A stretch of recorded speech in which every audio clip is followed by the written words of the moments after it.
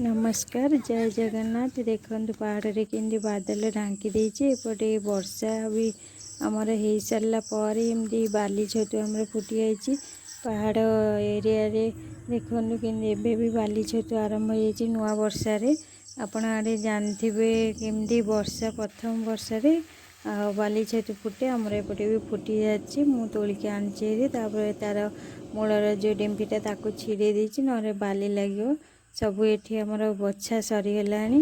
Are आम भलसे धोई धाई आणिकी ताको चुपुड़ी भलसे नले पानी बाहर भलसे चुपुड़ी ताको कड़े रे तेल पकई भाजी नहीं एथर भाजी टे कसला टाइप पानी मल्ला तापर भाजी रखीदेवा। एपटे मु मसला जोगाड़ देछि सोरिष अदा रसुण पियाज लंका ताकू पकई बाटी देछि भलसे चिकन करी। एपटे देखो आमर वर्षा उठेकी आसीगला एपटे मसला बटा सरी जाइए एथर ताकू तोड़ीदेवा को रखीदेवा गोटे जगार मसला दिग बाटी सारा पर किसी टाइम आम रखीदेवा। एपटे देखो आलू मु काटी नहीं जी अनुसार आलू काटी पार। एपटे तेल कड़े पकई सोरिष फुटे देछि और मसला टी जो बटी ताकू पकई किसी टाइम कषि देछि लंका गुंड हलदी गुंड पकई देछि एथर मसला आम घांटा किसी टाइम। देखो वर्षा आमर पकई सारा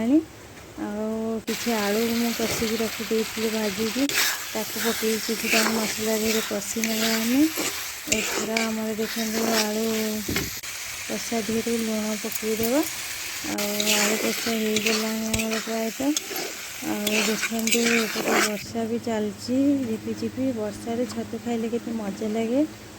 बाली छतु तो निहती से बास्ना बहुत भल लगे तरकारीटा।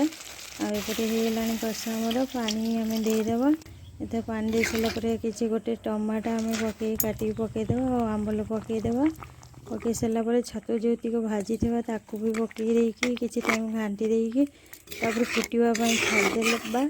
एथर देखो आमर प्रस्तुत हो गला बाली छतुर तरकारी केमती लगुच निहाती कमेंट रे कहिबे।